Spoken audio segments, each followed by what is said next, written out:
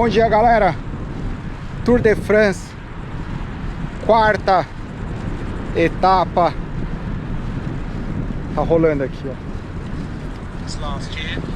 160, deixa eu abaixar aqui.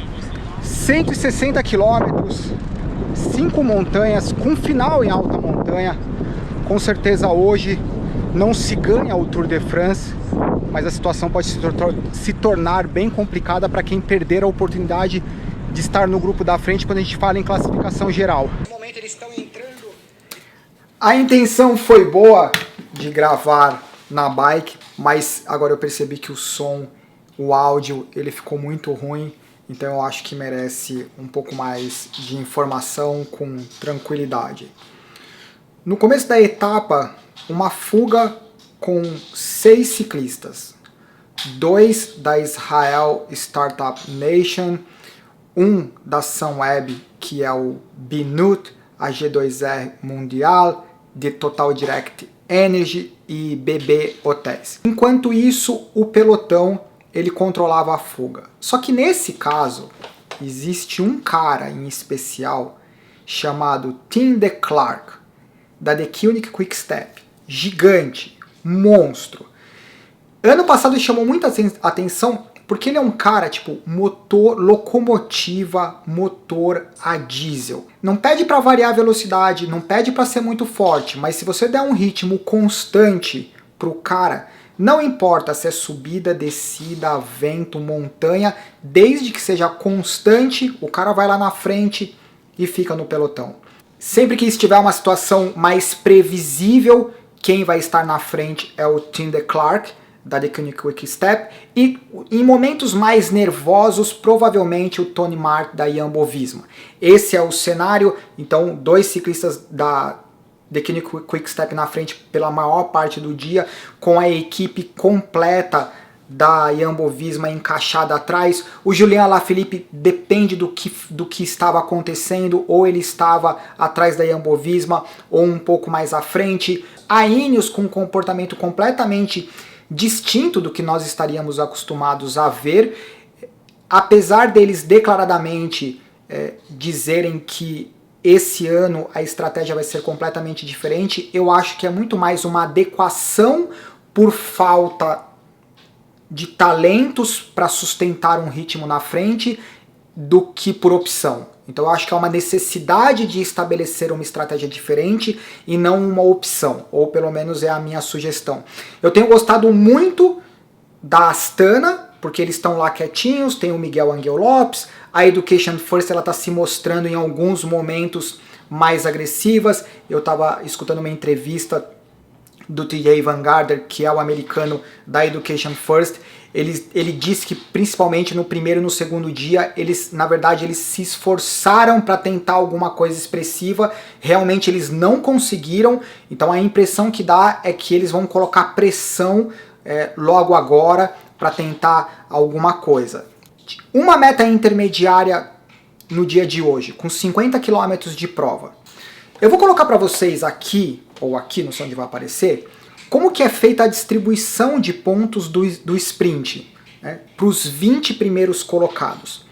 Como havia 6 ciclistas na fuga, esses 6 ciclistas eles iam acumulando os pontos do sprint intermediário. E sobrava poucos pontos para os caras que estão lutando pela camisa verde. Entre eles, obviamente, o Peter Sagan e o Sam Bennett, da The Koenig Quick Step. O cara da The Koenig Quick Step, o matemático, o diretor esportivo, deve ter ficado lá no computador e falou assim: ei, você precisa pegar esses pontos, porque se você pegar esses pontos, dependendo de qual for a posição do Peter Sagan, você empata com ele. E não é que os caras fizeram isso, a The Koenig Quick Step colocou um cara para embalar o Sam Bennett passou em primeiro, não em primeiro, em sétimo, mas ele acumulou pontos o suficiente para ficar empatado com o Peter Sagan. Ele só não vai vestir a camisa verde porque nenhum dos dois tem vitórias. Eles têm o mesmo número de pontos acumulados. Então, quando você tem um empate por número de pontos, o primeiro critério é se alguém teve alguma vitória. Se alguém teve alguma vitória dos empatados, esse cara que teve a vitória que veste a camisa verde.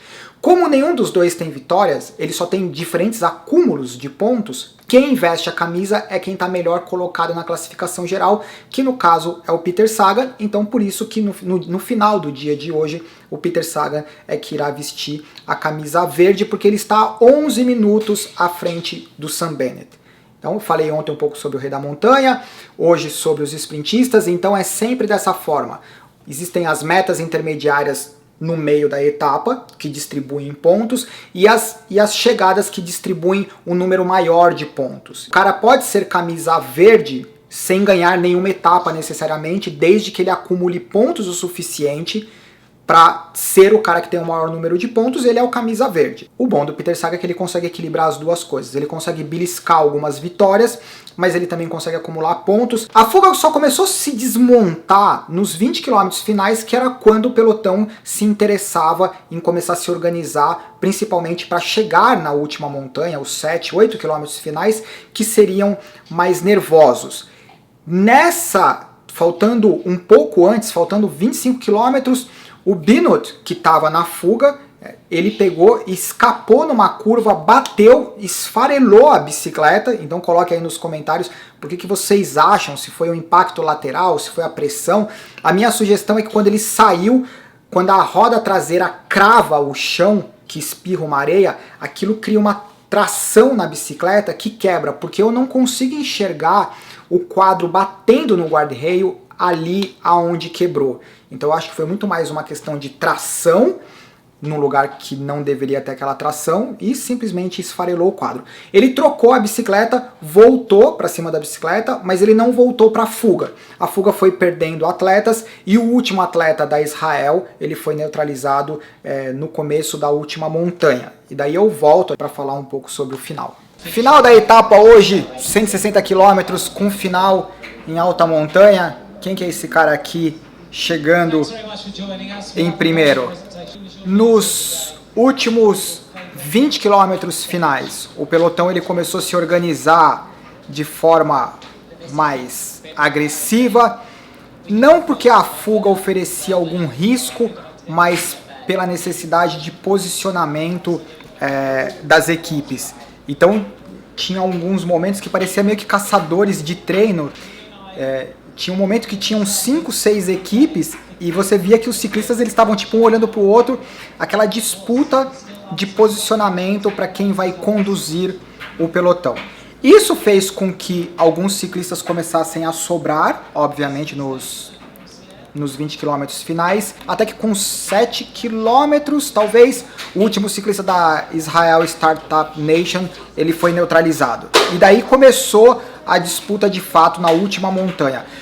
Uma coisa que é surpreendente no Tour dos últimos anos para cá é você ver ainda na última montanha uma quantidade tão grande de ciclistas bem posicionados, as equipes, aumentou muito o número de ciclistas nos momentos decisivos, e isso é muito bom para o esporte, para a competição. Estavam todos os grandes nomes que estão lutando pela classificação geral. O Van Aert da Jumbo-Visma colocou um ritmo que daí sim ele deu uma esfarelada no pelotão, mas o pelotão continuava com um número razoável de atletas. Daí o Van Aert saiu e daí começou uma movimentação interessante, que assim que o Van Aert saiu, a Ineos Grenadier, ela estava ali na frente protegendo o Egan Bernal, mas assim que o Sepp Kuss, também da Jumbo-Visma, ele é muito petulante, meu, no bom sentido.